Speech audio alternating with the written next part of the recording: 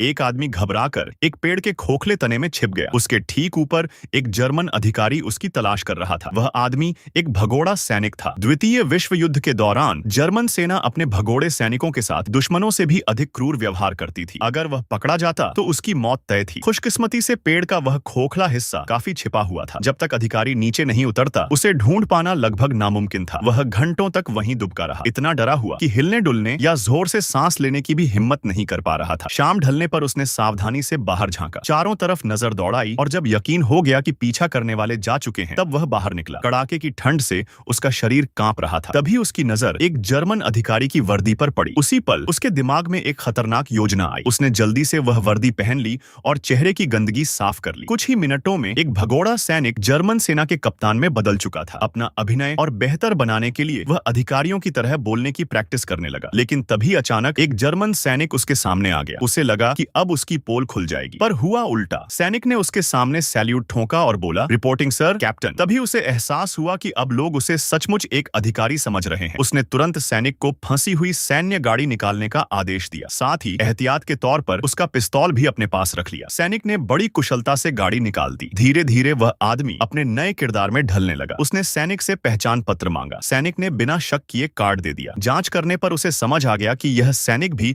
उसकी तरह एक भगौड़ा है जो अपनी यूनिट से बिछड़ गया है। लेकिन उसने उसकी शिकायत नहीं की। उसे एक साथी की जरूरत थी। सिर्फ एक सेब देकर उसने उस सैनिक को अपना सहायक बना लिया। दोनों एक सराय में पहुंचे। जर्मनी युद्ध हार रहा था, इसलिए लोगों में सेना के प्रति सम्मान कम हो चुका था। सराय में किसी ने उनकी तरफ ध्यान नहीं दिया। तब उसने एक नई चाल चली। उसने दावा किया कि वह युद्ध में हुए नुकसान का सरकारी सर्वे करने आया है और बाद में मुआवजा दिलवाएगा। यह सुनते ही लोगों का रवैया बदल गया।